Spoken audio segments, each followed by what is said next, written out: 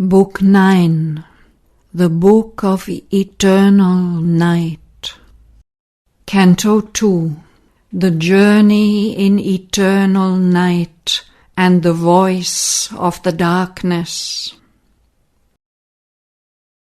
But Savitri answered the disdainful shade, World Spirit, I was thy equal spirit born.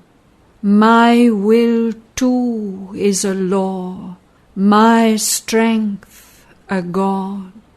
I am immortal in my mortality. I tremble not before the immobile gaze of the unchanging marble hierarchies that look with the stone eyes of law and fate. My soul can meet them with its living fire. Out of thy shadow give me back again into earth's flowering spaces, Shraddhavan, in the sweet transiency of human limbs, to do with him my spirit's burning will. I will bear with him the ancient mother's load. I will follow with him earth's path that leads to God. Else shall the eternal spaces open to me, while round us strange horizons far recede, travelling together the immense unknown. For I who have trod with him the tracts of time can meet behind his steps whatever night or unimaginable stupendous dawn breaks on our spirits in the untrod beyond. Wherever thou leadst his soul, I shall pursue, but to her claim opposed, implacable, insisting on the immutable decree, insisting on the immitigable law and the insignificance of created things. Out of the rolling wastes of night there came, born from the enigma of the unknowable depths, a voice of majesty and appalling scorn. As when the storm-haired, Titan-striding sea throws on a swimmer its tremendous laugh, remembering all the joy its waves have drowned. So from the darkness of the sovereign night, against the woman's boundless heart arose the almighty cry of universal death. Hast thou, God, wings, or feet that tread my stars? Frail creature with the courage that aspires, forgetting thy bounds of thought, thy mortal role, their orbs were coiled before thy soul was formed. I, Death, created them out of my void. All things I have built in them, and I destroy. I made the worlds my net, each joy a mesh, a hunger amorous of its suffering prey, life that devours, my image see in things. Mortal, whose spirit is my wandering breath, whose transience was imagined by my smile. Flee, clutching thy poor gains to thy trembling breast, pierced by my pangs, time shall not soon appease. Blind slave of my deaf force, whom I compel to sin that I may punish, to desire that I may scourge thee with despair and grief, and thou come bleeding to me at the last, thy nothingness recognized, my greatness known. Turn, nor attempt forbidden happy fields, meant for the souls that can obey my law, lest in their sombre shrines thy tread awake from their uneasy iron-hearted sleep the Furies who avenge fulfilled desire. Dread lest in skies where passion hoped to live, the unknown's lightnings start, and terrified, lone, sobbing, hunted by the hounds of heaven, a wounded and forsaken soul, thou flee through the long torture of the centuries, nor many lives exhaust the tireless wrath hell cannot slake, nor heaven's mercy assuage. I will take from thee the black eternal grip, clasping in thy heart thy fate's exiguous dole. Depart in peace, if peace for man is just. But Savitri answered, meeting scorn with scorn, the mortal woman to the dreadful Lord.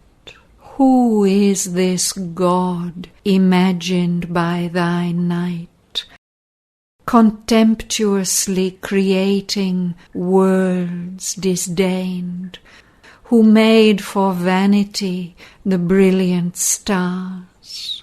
Not he who has reared his temple in my thoughts, and made his sacred floor my human heart. My God is will, and triumphs in his paths. My God is love, and sweetly suffers all. To him I have offered hope for sacrifice, and gave my longings as a sacrament. Who shall prohibit or hedge in his course? The wonderful, the charioteer, the swift, a traveller of the million roads of life, his steps, familiar with the lights of heaven, tread without pain the sword-paved courts of hell. There he descends to edge eternal joy. Love's golden wings have power to fan thy void. The eyes of love gaze star-like through death's night. The feet of love tread naked, hardest words.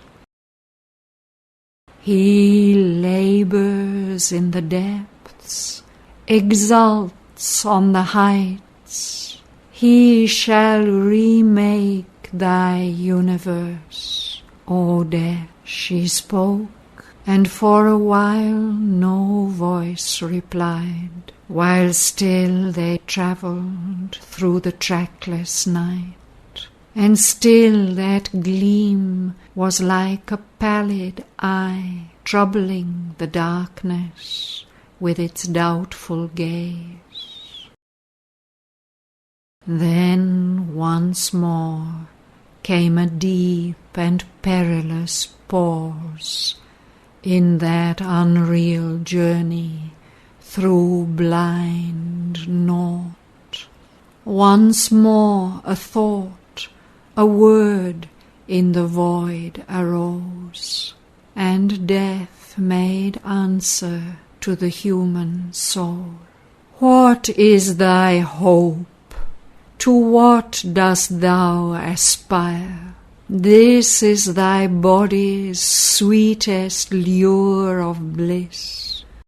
Assailed by pain, a frail, precarious form, to please for a few years thy faltering sense with honey of physical longings and the heart's fire, and a vain oneness seeking to embrace the brilliant idol of a fugitive hour. And thou, what art thou, soul, thou glorious dream of brief emotions made and glittering thoughts, a thin dance of fireflies speeding through the night, a sparkling ferment in life's sunlit mire? Wilt thou claim immortality, O heart, crying against the eternal witnesses that thou and he are endless powers and last? Death only lasts, and the inconscient void. I only am eternal and endure. I am the shapeless, formidable vast. I am the emptiness that men call space. I am a timeless nothingness carrying all. I am the illimitable, the mute alone. I, death, am he. There is no other God. All from my depths are born. They live by death. All to my depths return and are no more. I have made a world by my inconscient force. My force is nature that creates and slays the hearts that hope, the limbs that long to live. I have made man her instrument and slave. His body I made my banquet, his life my food. Man has no other help, but only death. He comes to me at his end for rest and peace. I, death, am the one refuge of thy soul. The gods to whom man prays can help not man. They are my imaginations and my moods, reflected in him by illusion's power. That which thou seest as thy immortal self is a shadowy icon of my infinite. Is death in thee, dreaming of eternity? I am the immobile in which all things move. I am the nude inane in which they cease. I have no body and no tongue to speak. I commune not with human eye and ear. Only thy thought gave a figure to my void. Because, O aspirant to divinity, thou calledst me to wrestle with thy soul, I have assumed a face, a form, a voice. But if there were a being witnessing all, how should he help thy passionate desire? Aloof he watches, sole and absolute, indifferent to thy cry, in nameless calm. His being is pure, unwounded, motionless, one, endless, watches the inconscient scene where all things perish as the foam, the stars. The one lives forever. There no Shraddhavan changing was born, and there no Savitri claims from brief life her bribe of joy. There love came never with his fretful eyes of tears, nor time is there, nor the vain vasts of space. It wears no living face, it has no name, no gaze, no heart that throbs. It asks no second to aid its being or to share its joys.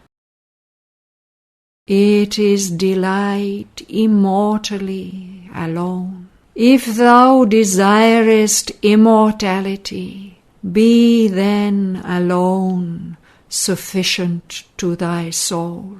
Live in thyself, forget the man thou lovest.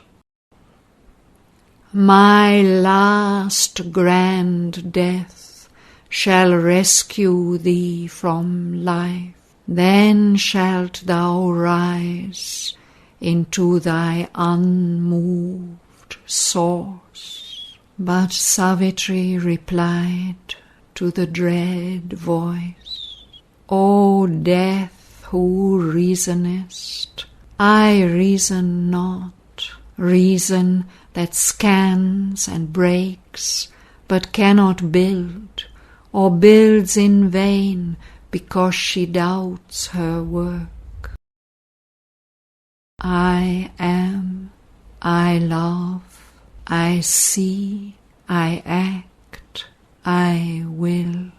Death answered her, one deep surrounding cry.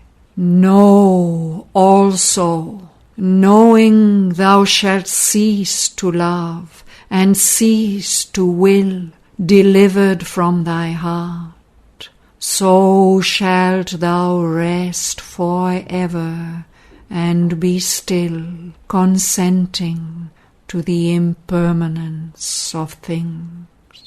But Savitri replied for man to death, when I have loved forever I shall know.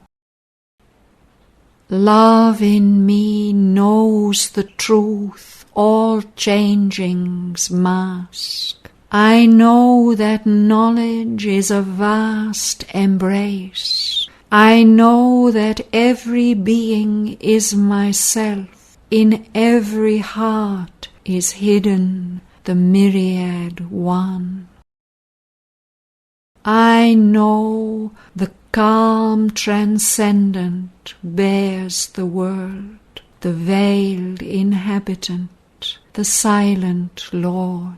I feel his secret act, his intimate fire. I hear the murmur of the cosmic voice.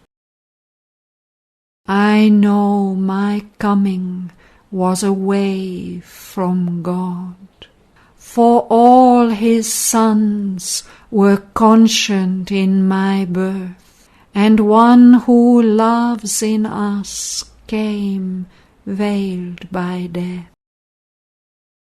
Then was man born among the monstrous stars, dowered with a mind and heart to conquer thee. In the eternity of his ruthless will, sure of his empire and his armoured might, like one disdaining violent helpless words from victim lips, death answered not again. He stood in silence and in darkness wrapped, a figure motionless, a shadow vague, girt with the terrors of his secret sword. Half seen in clouds appeared a sombre face. Night's dusk tiara was his matted hair, the ashes of the pyre his forehead's sign. Once more a wanderer in the unending night, blindly forbidden by dead, vacant eyes, she travelled through the dumb, unhoping vasts.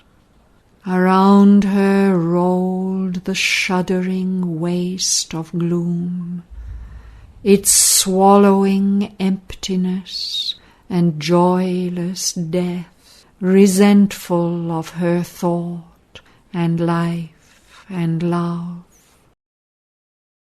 Through the long fading night, by her compelled, gliding half seen on their unearthly path, phantasmal in the dimness, moved the three.